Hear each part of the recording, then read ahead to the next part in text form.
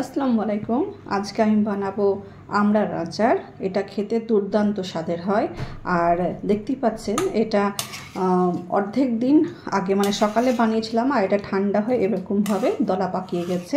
আর এটাকে বেশ ঠান্ডা করে আমি এটা আর রোদ টোদ দেওয়া কিছুই লাগবে না, এটাকে একটি বাটিতে করে উঠিয়ে আমি রেখে দেবো। কেন কি এই আচারটা এতই টেস্টি হয় যে আমার চটজলদি এক দুদিনেই শেষ হয়ে যাবে। তো এখানে আমি আচার বানানোর জন্য নিয়ে নিয়েছি 500 গ্রাম আমড়া। আর এই আমড়াগুলো যে গায়ে দাগ দাগ থাকে এগুলোকে আমি একটু কেটে দেব, মানে ছিলে ফেলে দেবো আর কি, এইভাবে। তো আমড়ার আচারটা বানানোর জন্য এইভাবে আমড়াগুলোকে একটু ছিলে ফেলবো, কাটা দাগ বা এসব পাতার দাগগুলো থাকবে সেগুলো ছিলে ফেলবো। তো মাথা কেটে এগুলোকে 4 ভাগ করে আমি সমস্ত আমড়াগুলোকে কেটে নিয়েছি। কেটে নিয়ে খুব ভালো করে আমি জল ঝরিয়ে নিয়েছি। তো আমরা আচার বানাবো, ততক্ষণ এটা জল ঝরুক, ততক্ষণ আমি একটা মশলা বানিয়ে নিই, আচারের মশলা।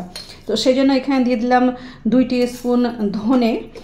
আর যেহেতু যেটা মানে যে মশলাটা একটু ভাজতে সময় লাগে তাকে আমি আগে দেবো, আর পরপর তখন দিতেই থাকবো। তো ধনেটা একটু ভালো করে গরম করে নিয়েছি, তারপর দিয়ে দিলাম সর্ষে।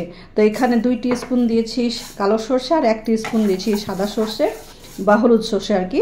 তারপরে 1 টিস্পুন ভর্তি করে দিয়েছি জিরে, আর দিয়ে দিলাম 2 টিস্পুন 5 ফোড়ন।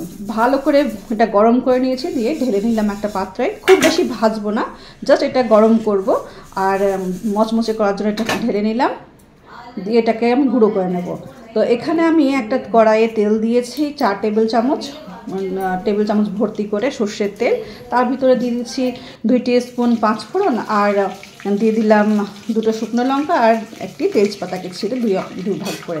আর তার ভিতরে এবার যখন 5 ফোড়নগুলো যখন ফেটে যাবে তখন আমি এর ভিতরে দিয়ে দিচ্ছি 1 টিস্পুন আদা বাটা আর 1 টিস্পুন রসুন বাটা। এগুলো আমার ফ্রোজেন ছিল, তো আমি এগুলোকে এমনি দিয়ে দিলাম। আর তারপর আমি দিয়ে দিলাম আমড়াগুলো। আর আমড়াগুলো দেওয়ার পর দিয়ে দিলাম স্বাদ মতো নুন, আর হলুদ 1/2 টিস্পুন, 1 টিস্পুন ধনে গুঁড়ো, 1 টিস্পুন লাল লঙ্কার গুঁড়ো, যেটা ঝাল আর কি। ঝালটা আপনারা নিজেদের পরিমাণ মতনই দেবেন। আর 1 টিস্পুন দিয়েছি আমি ভাজা জিরের গুঁড়ো। বাস এগুলো দিয়ে খুব ভালো করে মিক্স করে নিয়ে এটাকে আমি ঢাকা দিয়ে রাখলাম। আর প্রথমে এখন আমি দিচ্ছি 1/2 কাপ চিনি, আর দিয়েছি 1 কাপ গুড়। তো এবার এটা দেওয়ার পর যা মিষ্টি হবে, যদি প্রয়োজন হয় তা আবারও আমি 1/2 কাপ চিনি দেব। তো টোটালে এখানে 1 কাপ ভর্তি করে চিনি, আর 1 কাপ দিয়েছি গুড় এই 500 আমড়াতে। দিয়ে এটাকে ঢাকা দিয়ে আমি ভাজা করছি। তো দেখতেই পাচ্ছেন এখানে আমি গুড়টা দেওয়া দেখাতে পারিনি, যেরকম দুঃখিত, মানে ক্যামেরা চালাতেই ভুলে গেছিলাম। তো তারপর আমি দিয়ে দিলাম এখানে 2 টেবিল স্পুন ভাজা মশলাটা, যে মশলাটা আমি বানিয়েছিলাম আচারের মশলা, সেটা আমি দিয়ে দিলাম। দিয়ে খুব ভালো করে নাড়াচাড়া করে একটা মিক্স করে দিয়ে আমি এটাকে এবার টেস্ট করলাম। তো টেস্ট করার পর দেখে মনে হলো যে এটা আমার আর একটু চিনি লাগবে, তো সেই হিসাবে আরও 1/2 কাপ চিনি দিলাম। তো তাহলে টোটালে এখানে আমি 1 কাপ চিনি আর 1 কাপ গুড় দিয়ে এই আচারটা আমি বানিয়েছি।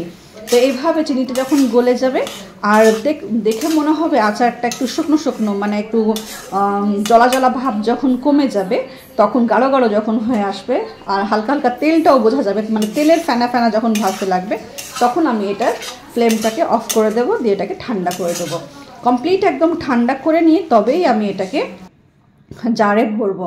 তো এখানে আমি করেছিলাম সকালে আচারটা বানিয়েছিলাম, তারপর রাত্রিবেলায় আমি এটাকে প্যাকিং করে নিচ্ছি, মানে আমি একটা বাটিতে এটাকে উঠিয়ে রেখে দেবো। যেহেতু অল্প বানিয়েছি, এটা খেয়ে ফুরিয়ে যাবে দুদিনে, তো সেই হিসাবে আমি একটা বাটিতেই উঠিয়ে রাখছি।